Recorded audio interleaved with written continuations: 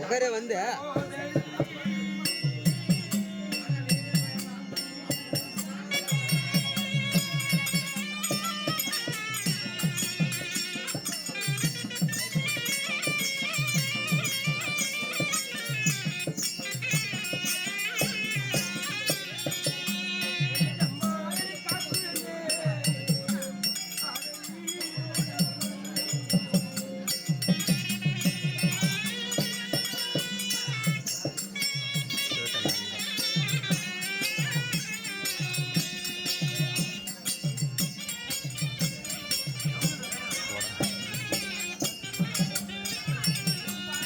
ஒரே முடுக்க பார்க்கறப்ப அந்த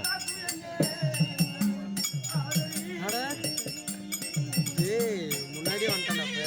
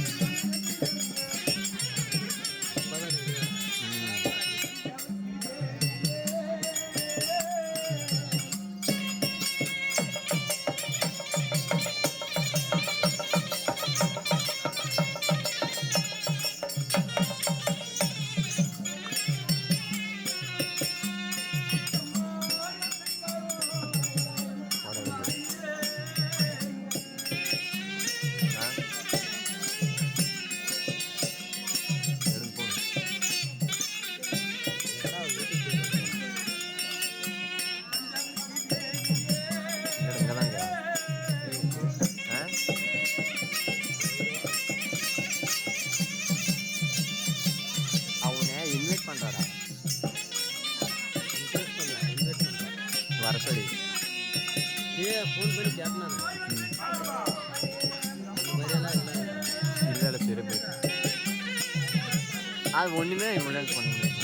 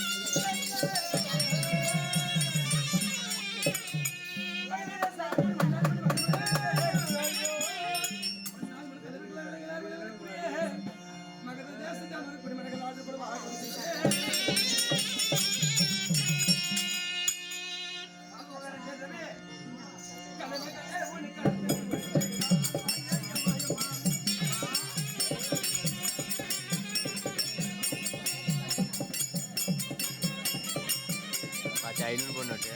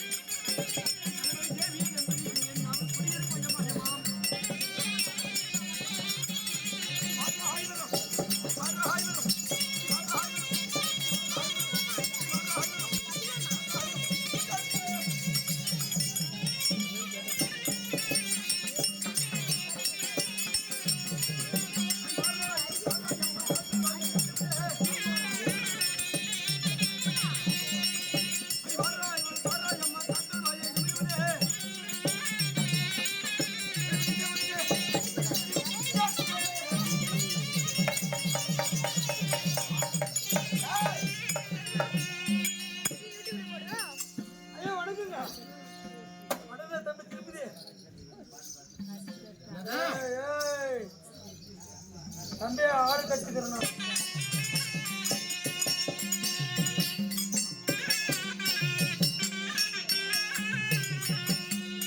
அப்பாடி ஒரு வாழ்க்கைக்கான போதும்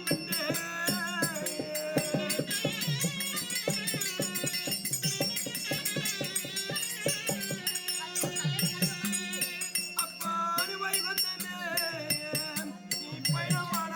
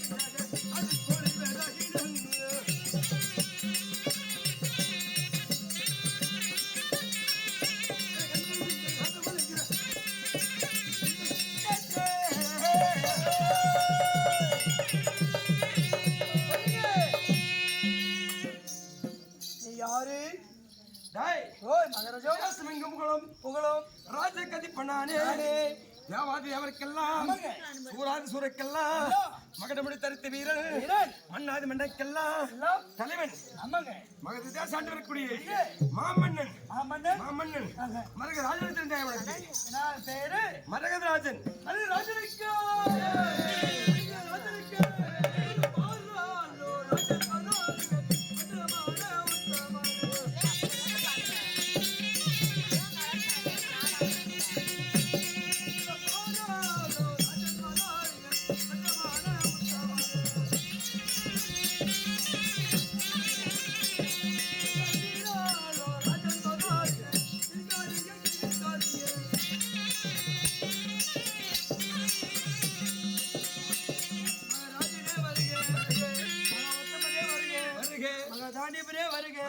நீங்க வருகிற நேரம் எல்லாம் நாட்டு மக்கள் எல்லாம் சரி கை கட்டி காய் புளுத்தி பாத்தீங்களா பார்த்து அது மாதிரி அடக்க ஒடுக்கமாக கை பத்தியோடு முந்த மூடி உடுக்கட்டி எந்த மூணு எனக்கு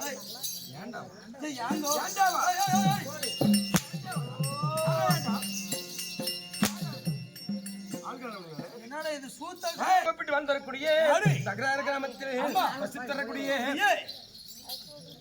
எங்கள் தந்தையாக ஆமாங்க பெருமாள் சொல்லக்கூடியவர் ஆமா என் தாயாக ஆமா முனியம்மன் சொல்லக்கூடியவர் இரண்டு பேர்களுக்கும் இதேம்மா நானும் வரேன் இரண்டு பேர்களுக்கும் காலம் அடைந்த பிறகு தந்தையருக்கு நாடகத்தை விட்டார். நாடகம் விட்டவுடனே இரவு காலத்தில் அவர் பிரமக்கடலானவரே அவர் தூங்கிக் கொண்டிருப்பாராம். அச்சமயத்தில் ஒவ்வொருத்தர் கொண்டு வந்து என் தந்தை நம்மளுக்கு காசு கொடுக்க, என் தாய் நம்மளுக்கு காசு கொடுக்க, அதனை வாழ்த்துகிற போது அந்த வார்த்தையானது சிவனடி காது கேட்குமா. உண்மைதாங்க. அப்போது விடிகால இருந்து மாப்பெருமாள் கூப்பிட்டு, உனக்கு ஊர் மக்கள் இருக்கார்களா, உனக்கு மக்கமார் இருக்கார்களா, உனக்கு மருமகள் இருக்கார்களா, இத்தனை நண்பர்கள் இருக்கான அழைத்து என் தந்தையாருக்கு 4ஆம் அதிபதி சொர்க்கத்தை திறந்து கொடுப்பார்களா. ஆமாங்க. அதுக்காக நாடகம் விட்டோம். உண்மைதாங்க இல்லையா? ஆமா. அப்படி இருந்த போதெல்லாம் ராஜ்யம் சொல்லி அப்படி இருந்த போதெல்லாம் என்னுடைய ஆட்சியில எல்லாம் நன்மையாக இருக்கிறதா கேளுங்க.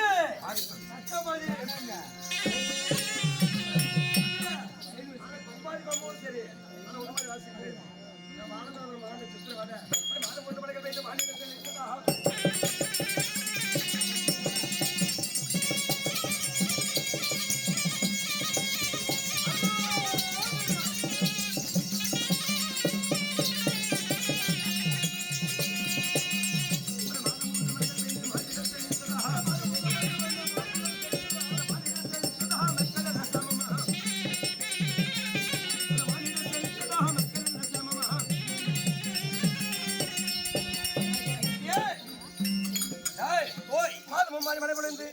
நாடெல்லாம் சாமரமாக இருக்கிறதா மந்திரி?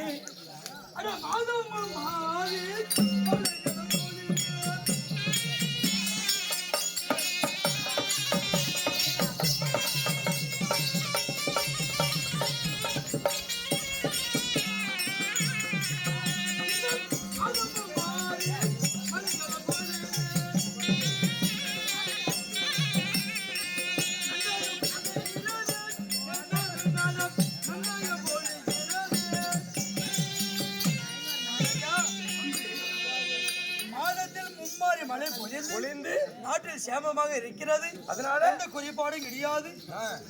கேள்வி அது கிடையாது. கற்புடைய மாதரசு கண்ண பண்ண தெய்வமா தகிதா தகிதா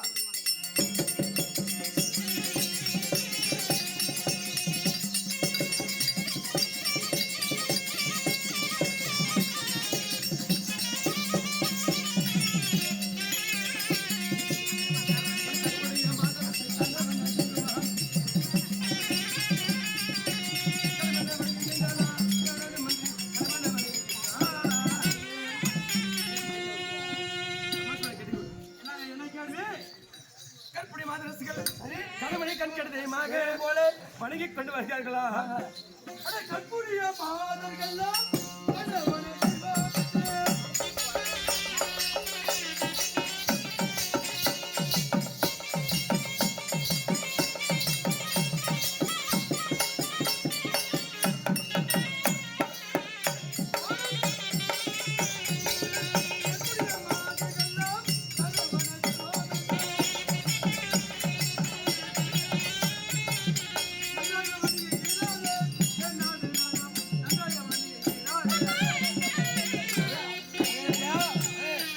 கற்புடைய மாதர்கள் கணவனை தெய்வம் என்று கனவு போகும்போதும் சரி வரும்போதும் கணவனே தெய்வம் காலை தொட்டு வணங்குகிறார்கள். அப்படி அந்த குறிப்பாடு கிடையாது. ஆமாங்க. அதனால கிடையாது. என்னுடைய ஆட்சியில எதுக்கும் பகை கொண்டிருக்க கூடாது அப்படின்னு பார்த்தா கிரியும் நாகனும் ஒற்றுமையாய் வந்த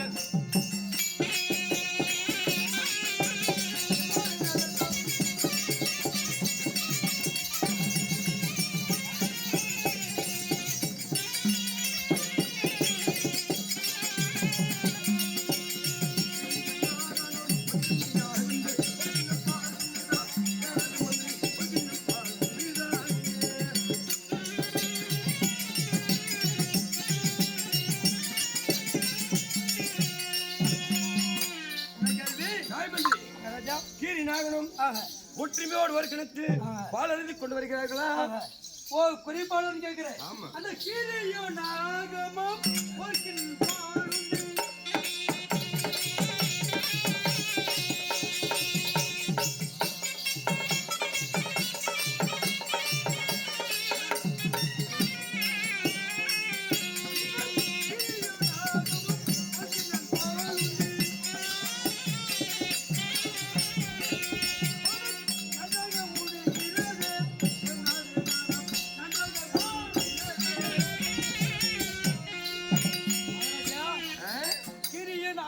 ஆகணும் ஒரு கிணத்தில் பால் வைத்தால் ரெண்டு சண்டை போடாக ஒன்றுமாக ஒத்திமையாக குடிக்கிறது குடித்துக் கொண்டு வருகிறது. எந்த குறைபாடும் கிடையாது உன் நாட்டில். அது மட்டும் கிடையாது, என்ன கேள்வி?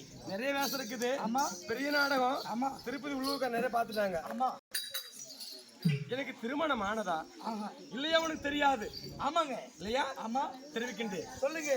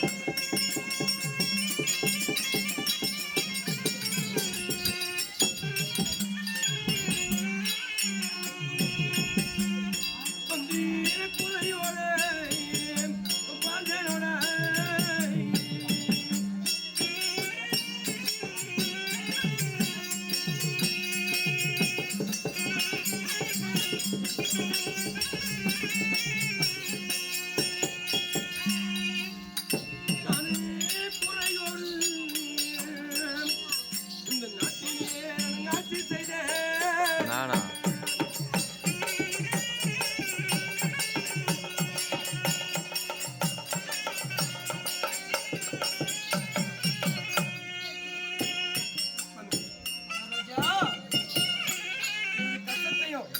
என் புகழையும் நான் சொல்லிக் கொண்டு போனது நாள் கணக்கு ஓடிக்கொண்டிருக்கும். நேரம் ஆய்கொண்டு கிடந்து கொண்டு போய்கிறது. அதனால எனக்கு திருமணம் ஆனது ஆகணும்னு சொன்னேன் இல்லையா? ஆமாங்க. எனக்கு கல்யாணமானது 2 மனைவி. ஒன்று கற்பணி, ஒன்று பெற்பணி. ஓ, ஒன்னு கருப்பொண்ணி, ஒன்னு பொறுப்பெண்ணி. 2 மனைவிகளை திருமணம் செய்து வந்தேன். திருமணம் செய்து கொண்டு வந்து சில நாட்களாக குழந்தை இல்லாத காரணத்தினால் நான் எங்கே சென்று எல்லோ தேவர்களும் எல்லோசர்களும் என்னை பார்த்து நகைத்து பேசியிருக்கார்கள். குழந்தை இல்லாத மரகராஜா பாவி என்று இந்த நாட்டுக்கு அரசனா என்று கேவலமா பேசினார்கள். தெளிவாக பேசுகிறார்கள். செய்தே கற்பணி, பொற்பணி, எத்தனையோ தேவர்கள், எத்தனையோ சுரர்கள், எத்தனையோ அசுரர்கள் குழந்தை இல்லாமல் 60 வயதாயி 80 வயதாயி ஈஸ்வரன் தவம் புரிந்து குழந்தை பெற்றிருக்கார்கள். நமக்கு குழந்தை வர வேண்டும் என்றால் முக்கதிர பரமக்களுக்கு ஒரு தவசம் என்று சொல்லி நானின் மணி 3 பேரும் தவத்துக்கு சென்றோம். தவத்து செல்லுகிற போது சென்றவுடனே முக்கதிர பரமக்கள் ஒரு உருவத்தில் வந்தார். வந்து எங்களுக்கு ஒரு மாங்கனியை கொடுத்தார். மாங்கனியாக எலுமிச்சங்கனியாக கொடுத்தார். அந்த மாங்கனியை கொண்டு வந்து அது என்ன செய்து இளையமணி எனக்கு வேணும் கேட்கிற பற்பணி. கற்பனை எனக்கு வேணும் கேட்கிறா. நான் யாருக்கு அந்த கனியை கொடுப்பது நினைத்து பார்த்தேன். யாருக்கு கஷ்டம் சொல்லி பழத்தை பகுந்து அறுத்து ஆளுக்கு பாதியை கொடுத்து விட்டேன். 2ஆக பொழந்து கற்பனைக்கு பாதி, பொறுப்பணிக்கு பாதி கொடுத்து விட்டேன். அதை சாப்பிட்ட உடனே ஒரு நாளைக்கு ஒரு நாள், 1 மாதம், 2 மாதம், 4 மாதம், 10 மாத காலமாக குழந்தை அவன் வயிற்றில் உருவாக்கி கொண்டு வருகிறது. எப்படி பாதி பாதி குழந்தையாக உருவாகி வளர்ந்து கொண்டு வந்தது. 2 பேர்களுக்கு ஒரே நாள் டெலிவரியாக 2 குழந்தையும் பாதி பாதியாக பிறந்து அப்ப திடீர்னு பிறக்கிறது ஒரே டேட்ல. மகாராஜ், எனக்கு ஒரு டவுட். என்ன பாதி பாதின்னு சொல்றியே? ஆமா, நேரா குழந்தா சரி. குழந்தை பிறந்த உடனே அந்த அந்த தோழி பெண்கள், மன்னரே இந்த குழந்தையை பாருங்கள், இந்த கண்ணன் பிறந்தானே பாருங்கள், இந்த காலாகோலத்தை கேளுங்க சொல்லி எடுத்து கொண்டு வந்து கொடுத்தார்கள். இதை வாங்கி பார்த்தேன். பாதி பாதி குழந்தை பார்த்தேன். என்ன நினைப்பது, இந்த பாதி பாதி குழந்தை சொல்லி நினைத்த சொல்லி அந்த குழந்தையை தூக்கி எரித்து விட்டேன். வீசிய பிறகு அந்த குழந்தையானது என்னானது சரதேவி காட்டில் விழுந்து கத்திக் கொண்டது.